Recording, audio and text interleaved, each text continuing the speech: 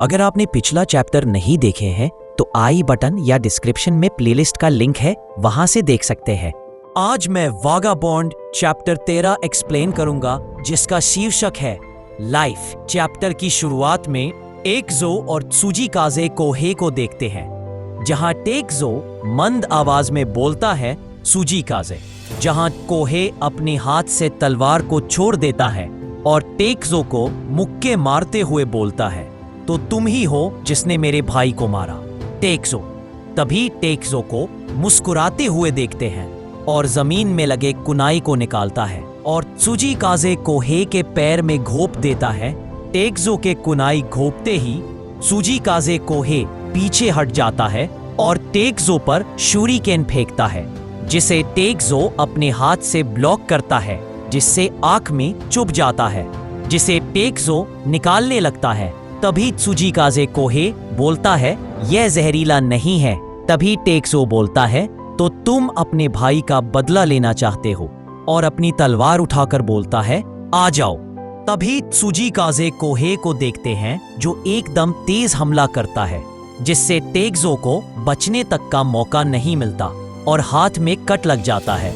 परंतु जब टेकजो हमला करता है, तभी त्सुजी-काज़े कोहे बहुत आसानी से पीछे हट जाता है।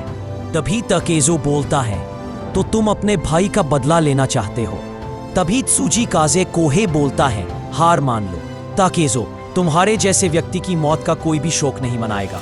तुम भी उन्हीं की तरह मारे जाओगे जिन्हें तुमने मारा है, और मैं यहाँ अपने भाई की मौत का बदला लेने नहीं आया हूँ। मुझे वह होना था जो तेनमा को मारता।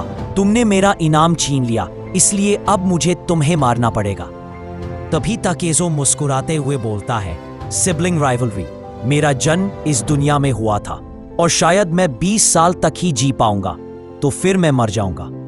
बस इतना ही है, तुम्हारे और मेरे दोनों के लिए। ये तुम्हारे मरने का समय है। और त्सुजी-काज़े कोहे पर हमला कर देता है। तभी देखते हैं कि त्सुजी-काज़े कोहे के सिर का कपड़ा फट जाता है और उसके सिर से हल्का खून निकलने लगता है। तभी एक समुराई को देखते हैं, जो ताकेजो को देखते हुए बोलता है, अरे वह रहा ताकेजो, और वह घायल है, जल्दी वहां पर। तभी देखते हैं त्सुजी-काज़े कोहे स्पीड में वहां से भाग जाता है और ताकेजो उसे भागते हुए देख रहा होता है। तभी समुराई को देखते हैं, जो ताकेजो को घेरते हुए बोलते हैं, वो रहा, ये ताकेजो है, उसे घेर लो, अब तुम्हारा काम खत्म। ताकेजो, अगर वह विरोध करे तो बस उसे काट दो, उसे मारो। तभी ताकेजो को देखते हैं, जो काफी घायल है और समुराई से घिरा हुआ है। तभी कुछ समुराई ताकेजो पर हमला करते हैं। तभी ताकेजो खुद से सवाल पूछता है, मेरा जन्म इस दुनिया में हुआ था, 17 साल तक जिया हूँ, किस उद्देश्य के लिए? और हमले कर रहे समुराई को मारने लगता है। जख्मी होते हुए भी ताकेजो को लड़ते हुए देख समुराई बोलते हैं, तुम कमीने, तुम अभी भी जवाबी हमला कर रहे हो, बदमाश, उसे काट गानो।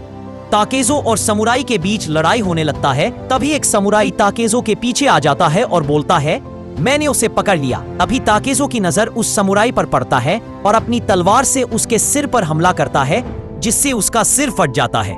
तभी और समुराई आ जाते हैं। तभी एक मकड़ी अपने जाल में बैठे हुए देखते हैं और ये चैप्टर यही खत्म हो जाता है।